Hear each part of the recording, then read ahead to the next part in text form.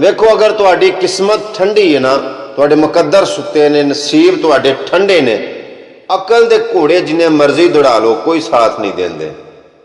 उत्थे अकल माऊफ हो जाती है, तकदीर जित जाती है, नसीब डाडे ने, वक्त डाडा है। अल्लाह पाक की जात ही अपनी मेहरबानी करे तो होंदा। मैं तुहानूं एक मिसाल दो सुनाना। एक मेरी गल ज़हन दे विच रखिया जे, गल पूरी मुकम्मल सुनिया करो, मेहरबानी है तुहाडी, क्योंकि गल थोड़ी सुनी है ना तो गल का मज़ा भी नहीं आता, गल की समझ भी नहीं आती।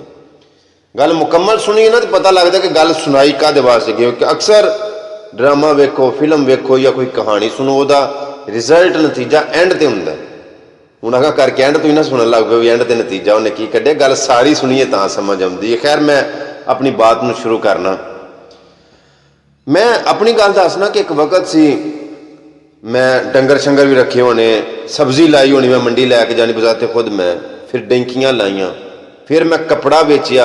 यानी कि मैं काम जिंदगी दे विच कई कीते, कोशिश की, कई चलो कामयाब होया, कई बारी मैं नाकाम होया, लहदा बात। लेकिन अगर बंदा कामयाब हो के गल आखे ना कि मैं अपनी वजह तो, अपनी अकल दे नाल कामयाब हाँ, या अपनी सोच दे नाल मैं दुनिया तो अगे वध गया, वैसी कोई बात नहीं। जब बंदा आखे मैं इम्तिहानां दे विच, पेपरां दे विच जिहड़ा ना नंबर चंगे लए ने, बड़ी मेहनत की, बड़ी कोशिश की, बड़ी हिम्मत की, तां लए ने, नहीं नहीं नहीं, मैं इहदे खिलाफ हाँ। वो मेहरबानी करे ते पूरी पैंदी है ते रहमत हुंदी है, अदरवाइज नहीं।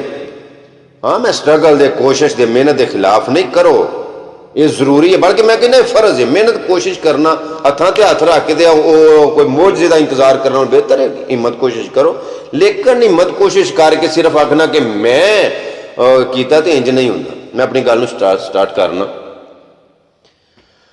एक बड़ा खूबसूरत जवान, बड़ा सोहना मुंडा, सोहने जिस्म वाला, सोहनी शक्लो सूरत वाला ना, बाजार दे विच वाण पिया धोंदा सी। मंजियां दा वाण वेंदे हो ना, वाण पिया धोंदा सी।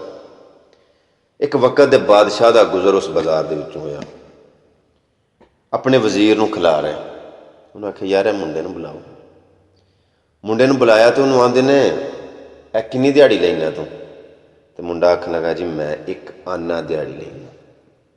पहले दौर दे विच ना चवानियां, ठियानियां, धेले, आना, दवानी वगैरह वगैरह, उन्हें आख्या जी मैं एक आना दिहाड़ी लैना। बादशाह के दिल दे विच गल आई, उन्हें आख्या यार एडा सोहना खूबसूरत जवान है ते किन्नी क दिहाड़ी, किन्नी उजरत उत्ते लग्गा। तुसां वेख्या नहीं किन्ने किन्ने मजबूर बंदे, बड़े सोहने सोहने लोग, बड़े सोहने सोहने मुंडे बेचारे ना मजबूर हो के ते लोकां अगे सिर सुट के काम करदे हुंदे ने, हालांकि वो हुंदे नहीं इस काम जोगे।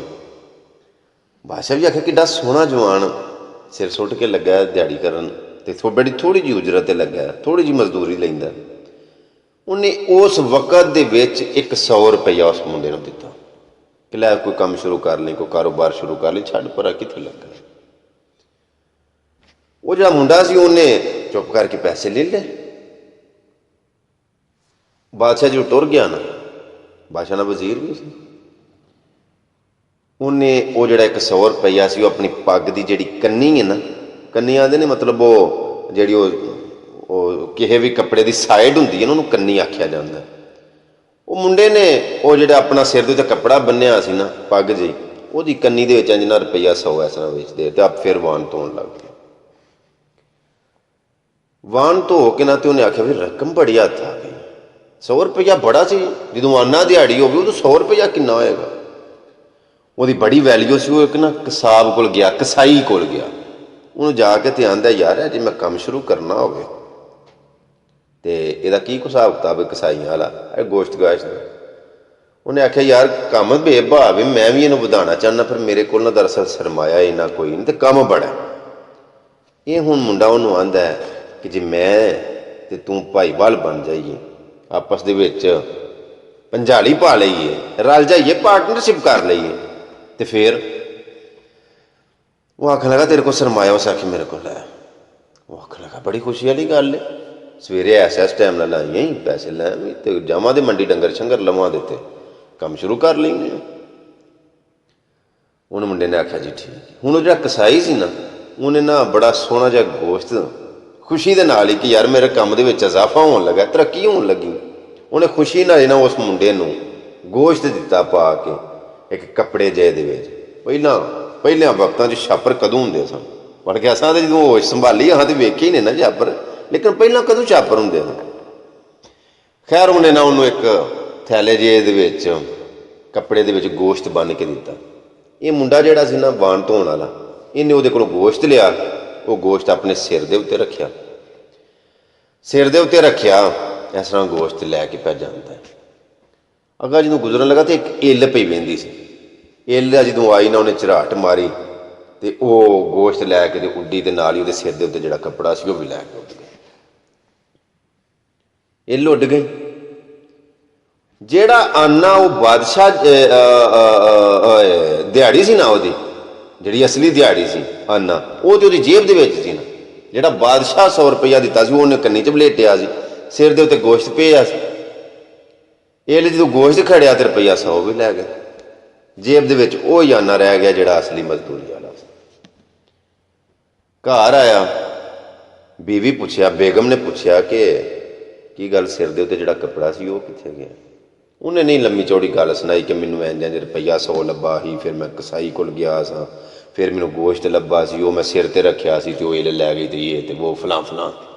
ਉਹਨੇ ਸ਼ਾਰਟਕਟ ਨਾਲ ਗੱਲ ਮੁਕਾਈ। ਉਹਨੇ ਆਖਿਆ ਕੱਪੜਾ ਡਿੱਗ ਪਿਆ ਗਿਆ। ਉਹ ਬੀਬੀ ਨੇ ਘਰੋਂ ਹੋਰ ਕੱਪੜਾ ਕਿ ਉਹਨੂੰ ਦੇ ਛੱਡਿਆ। ਉਹ ਬੰਦੇ ਨੇ ਕੱਪੜਾ ਆਪਣੇ ਸਿਰ ਦੇ ਉੱਤੇ ਬੰਨ੍ਹ ਲੈਣਾ। ਕੁਝ ਅਰਸਾ ਗੁਜ਼ਰਿਆ, ਉਹ ਡੇਲੀ ਜਾਂਦਾ ਸੀ, ਉਹ ਆਪਣਾ ਵਾਣ ਧੋਂਦਾ ਸੀ, ਉੱਥੋਂ ਆਨਾ ਲੈਂਦਾ ਸੀ ਤੇ ਘਰ, ਤੇ ਮਸਾਂ ਘਰ ਦਾ ਗੁਜ਼ਰ ਬਸਰ ਹੀ ਹੁੰਦਾ ਸੀ, ਮਸਾਂ ਨਿਜ਼ਾਮ ਚੱਲਦਾ ਸੀ। ਕੁਝ ਅਰਸੇ ਤੋਂ ਬਾਅਦ ਫਿਰ ਬਾਦਸ਼ਾਹ ਦਾ ਤੇ ਉਹ ਵਜ਼ੀਰ ਦਾ ਉੱਥੋਂ ਜਦੋਂ ਬਾਜ਼ਾਰ ਦੇ ਵਿੱਚੋਂ ਗੁਜ਼ਰ ਹੋਇਆ ਨਾ, ਤੇ ਬਾਦਸ਼ਾਹ ਆਪਣੇ ਵਜ਼ੀਰ ਨੂੰ ਆਂਦਾ ਕਿ ਮੈਨੂੰ ਜੇ ਅੱਖਾਂ 'ਚ ਧੋਖਾ ਨਾ ਮੈਂ ਵੇਖਾਂ ਤੇ ਵਾਕਈ ਉਹੀ ਮੁੰਡਾ। ਵਜ਼ੀਰਾਂ ਦਾ ਬਾਦਸ਼ਾਹ ਸਲਾਮਤ ਉਹੀ ਬੰਦਾ, ਉਹੀ ਮੁੰਡਾ। ਬਾਦਸ਼ਾਹ ਆਖਣ ਲੱਗਾ ਇਹਨੂੰ ਕੁਝ ਦੇਈਏ। ਵਜ਼ੀਰਾਂ ਦਾ ਕੁਝ ਦੇਣਾ ਹੀ ਨਹੀਂ ਆ, ਲੇਕਿਨ ਉਹ ਦੋਵੇਂ ਆਂਦੇ ਨੇ ਯਾਰ ਬੜਾ ਕੋਈ ਫਰਾਡੀ ਜਿਹਾ ਬੰਦਾ ਲੱਗਦਾ, ਬੜਾ ਕੋਈ ਐਵੇਂ ਅਸੀਂ ਇਹਨੂੰ ਇਤਮਾਦ ਕਰਕੇ ਇਤਬਾਰ ਕਰਕੇ ਬੜੀ ਵੱਡੀ ਰਕਮ ਇਹਨੂੰ ਸੋਹਣਾ ਸੁਨੱਖੜਾ ਵੇਖ ਕੇ ਦੇ ਕੇ ਗਏ ਸਾਂ, ਲੇਕਿਨ ਇਹ ਬੰਦਾ ਲੱਗਦਾ ਨਹੀਂ ਸਾਨੂੰ। ਲੇਕਿਨ ਇਹਦਾ ਇੱਕ ਵਾਰੀ ਫਿਰ ਇਹਨੂੰ ਦੇਈਏ ਕੁਝ, ਵਜ਼ੀਰਾਂ ਦਾ ਦੇਈਏ, ਅਜ਼ਮਾਈਏ। ਉਹਨਾਂ ਕੁਝ ਨਹੀਂ ਪੁੱਛਿਆ ਵੀ ਅੱਗੇ ਤੈਨੂੰ 100 ਦਿੱਤਾ ਸੀ ਉਹ ਕਿੱਥੇ ਲਾਇਆ, ਤੇ ਨਾ ਹੀ ਉਹ ਮੁੰਡੇ ਨੇ ਦੱਸਿਆ ਕਿ ਅਗਲੇ 100 ਦਾ ਤੁਹਾਡੇ ਦਾ ਇੰਜ ਕੰਮ ਬਣਿਆ। ਉਹਨਾਂ ਫਿਰ ਇੱਕ 100 ਰੁਪਈਆ ਦਿੱਤਾ। ਉਹ ਮੁੰਡੇ ਨੇ ਫਿਰ 100 ਰੁਪਈਆ ਚੁੱਪ ਕਰਕੇ ਦਿੱਤਾ। ਉਹਨੇ ਜੇਬ ਦੇ ਵਿੱਚ ਪਾਇਆ ਤੇ ਐਤਕਾਂ ਸੰਭਾਲ ਕੇ ਰੱਖਿਆ। ਉਹਨੇ ਆਖਿਆ ਅੱਗੇ ਤੇ ਜੋ ਹੋ ਗਿਆ ਸੀ ਨਾ ਹੋ ਗਿਆ ਸੀ, ਐਤਕਾਂ ਨਾ ਕੋਈ ਕੰਮ ਦੀ ਕੋਈ ਤਰਤੀਬ ਬਣਾਉਂਦੇ ਆ, ਕੋਈ ਚੰਗੇ ਵਾਲੇ ਕੰਮ ਦੀ ਤਰਤੀਬ ਬਣਾਉਂਦੇ। ਉਹਨੇ ਰੁਪਈਆ 100 ਪਾਇਆ ਜੇਬ ਦੇ ਵਿੱਚ, ਘਰ ਲੈ ਕੇ ਗਿਆ। ਬੀਵੀ ਨੂੰ ਨਹੀਂ ਦੱਸਿਆ। ਬੀਵੀ ਨੂੰ ਉਹੀ ਆਨਾ ਜਿਹੜਾ ਰੋਜ਼ ਦਿਹਾੜੀ ਦਾ ਨਿਜ਼ਾਮ ਸੀ ਨਾ, ਦਿਹਾੜੀ ਉਹੀ ਦੱਸੇਦਾ।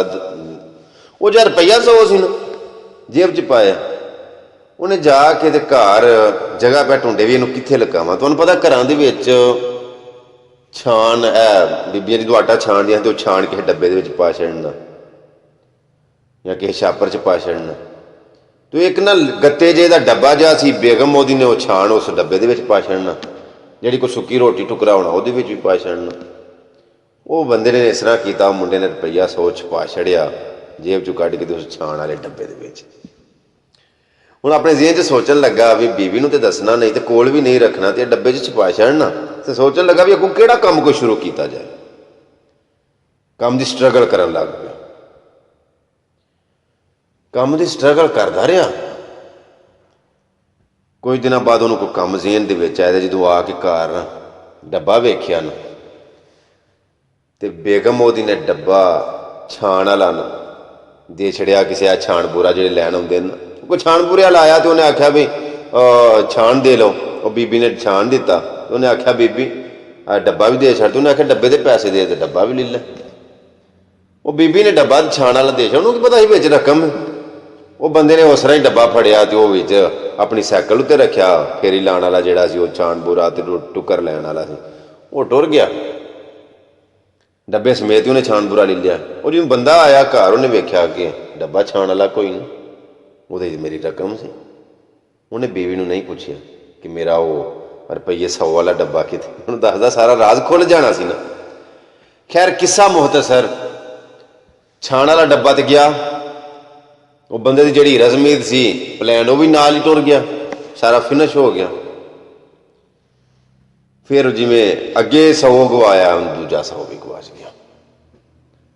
ਉਹਨੇ ਫੇਰ ਨਹੀਂ ਬੀਵੀ ਨੂੰ ਦੱਸਿਆ। ਉਹ ਰੋਜ਼ਾਨਾ ਆਪਣੀ ਤਰਤੀਬ ਨਾਲ ਨਾ ਉਹਨੇ ਉਹ ਆਨਾ ਲੈਣਾ ਕਰਨਾ ਤੇ ਕੰਮ ਤੇ ਜਾਣਾ ਕਰਨਾ। ਉਹ ਕੰਮ ਤੇ ਜਾਣ ਡਏ ਆ। ਕੁਝ ਅਰਸੇ ਬਾਅਦ ਫਿਰ ਬਾਦਸ਼ਾਹ ਦਾ ਤੇ ਵਜ਼ੀਰ ਦਾ, ਬਹੁਤੇ ਅਰਸੇ ਬਾਅਦ ਨਹੀਂ, ਹੁਣ ਥੋੜੇ ਕੁ ਅਰਸੇ ਬਾਅਦ ਬਾਦਸ਼ਾਹ ਦਾ ਤੇ ਵਜ਼ੀਰ ਦਾ ਉੱਥੋਂ ਦੀ ਗੁਜ਼ਰ ਹੋਇਆ। ਤੇ ਬਾਦਸ਼ਾਹ ਵਜ਼ੀਰ ਨੂੰ ਆਂਦਾ ਜਿਹੜੀ ਗੱਲ ਅਸੀਂ ਕਰਨੇ ਹਾਂ ਨਾ, ਕੋਈ ਠੱਗਬਾਜ਼ ਜਿਹਾ ਬੰਦਾ, ਬੜਾ ਕੋਈ ਧੋਖੇਬਾਜ਼ ਜਿਹਾ ਆਦਮੀ, ਇਹ ਤੇ ਕੋਈ ਚਵਲ ਜਿਹਾ ਬੰਦਾ, ਅਸੀਂ ਤੈਨੂੰ ਸੋਹਣਾ ਵੇਖ ਕੇ ਇਹਦੀ ਮਦਦ ਕਰਦੇ ਰਹੇ ਹਾਂ ਤੇ ਇਹ ਕੋਈ ਨਹੀਂ, ਬੰਦਾ ਬੁੰਦਾ ਕੋਈ ਨਹੀਂ, ਸ਼ਕਲ ਬੜੀ ਸੋਹਣੀ, ਬੰਦਾ ਬੁੰਦਾ ਕੋਈ ਨਹੀਂ, ਆ ਧੋਖੇਬਾਜ਼ ਹੈ, ਹੁਣ ਇਹਦੀ ਕੋਈ ਮਦਦ ਨਹੀਂ ਕਰਨੀ। ਵਜ਼ੀਰਾਂ ਦਾ ਭਾਸ਼ਣ, ਬਾਦਸ਼ਾਹ ਸਲਾਮਤ, ਇੱਕ ਵਾਰੀ ਫੇਰ ਮਦਦ ਕਰੀਏ ਮਦਦ ਇੱਕ ਵਾਰੀ ਫੇਰ। ਬਾਦਸ਼ਾਹ ਤਾਂ ਮੈਂ ਨਹੀਂ ਕਰਨੀ, ਤੂੰ ਕਰਨੀ ਹੈ ਤੇ ਕਰ ਲਿਆ। ਉਹ ਵਜ਼ੀਰ ਨੇ ਆਪਣੇ ਕੋਲ